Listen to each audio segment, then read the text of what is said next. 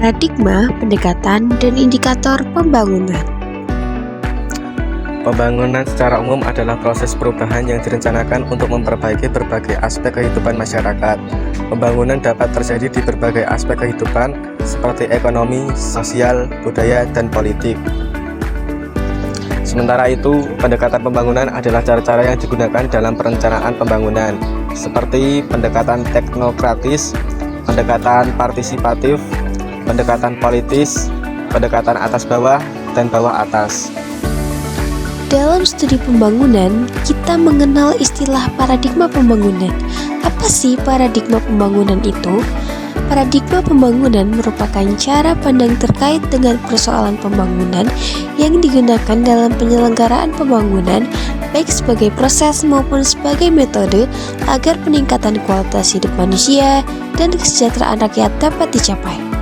Dari pengertian tersebut, ada beberapa macam pembangunan, yaitu Pembangunan berwawasan lingkungan merupakan upaya yang dilakukan secara sadar dan terencana dalam memanfaatkan dan mengelola sumber daya alam secara bijaksana yang berkesinambungan untuk meningkatkan kualitas hidup. Pembangunan berkelanjutan adalah suatu proses perubahan yang menyangkut seluruh aktivitas investasi, eksplorasi sumber daya, pembangunan teknologi, dan perubahan perkembangan berada dalam keadaan selaras yang mampu meningkatkan potensi untuk generasi masa kini dan masa depan dalam memenuhi kebutuhan. Pembangunan yang berpusat pada manusia lebih menekankan kepada pemberdayaan masyarakat tidak hanya dilakukan untuk mengembangkan potensi ekonomi rakyat, tetapi rasa percaya diri dan harga dirinya, harkat dan martabat serta terpeliharaan tata nilai budaya yang telah ada. Indikator keberhasilan pembangunan jika pertumbuhan ekonomi dalam suatu negara dapat dikatakan maju atau meningkat. Pembangunan yang dilakukan oleh negara tersebut dapat dikatakan berhasil. Aspek yang diukur dalam pertumbuhan ekonomi ialah produktivitas masyarakat ataupun produktivitas negara setiap tahunnya yang diukur dengan misalnya Gross National Product. Jadi, apa saja sih indikator-indikator keberhasilan pembangunan itu? Yang pertama yaitu pertumbuhan ekonomi. Pertumbuhan ekonomi merupakan proses perubahan kondisi perekonomian yang berkesinambungan di suatu negara menuju keadaan yang lebih baik dalam jangka waktu tertentu. Menurut World Bank, pertumbuhan ekonomi selain meningkatkan kekayaan suatu negara juga berpotensi untuk menurunkan tingkat kemiskinan dan mengatasi permasalahan-permasalahan sosial lainnya.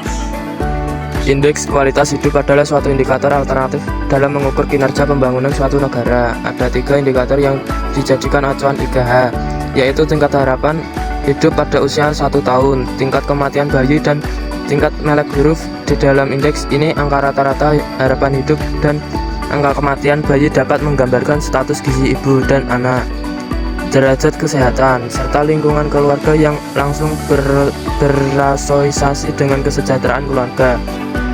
Rasio Gini adalah sebuah ukuran ketimpangan pendapatan atau kesejahteraan keseluruhan yang angkanya berkisar antara 0, kemerataan sempurna, sampai 1, ketimpangan sempurna. Jika rasio Gini melampaui angka 0,5, artinya ketimpangan pendapatan atau kesejahteraan sudah masuk kategori buruk dan mudah menimbulkan masalah sosial. Dampak pengembangan wilayah terhadap perubahan. Sejak tahun 1970-an, Indonesia menggunakan strategi pusat pertumbuhan wilayah untuk mempercepat pertumbuhan ekonomi. Pembangunan wilayah bersifat multidimensi, mencakup perubahan sistem spasial, ekonomi, dan sosial untuk meningkatkan kesejahteraan masyarakat. Pembangunan fisik seperti infrastruktur memberikan manfaat langsung bagi masyarakat, termasuk peningkatan ekonomi, kesehatan, dan pendidikan. Perubahan muka bumi sebagai dampak interaksi antar ruang.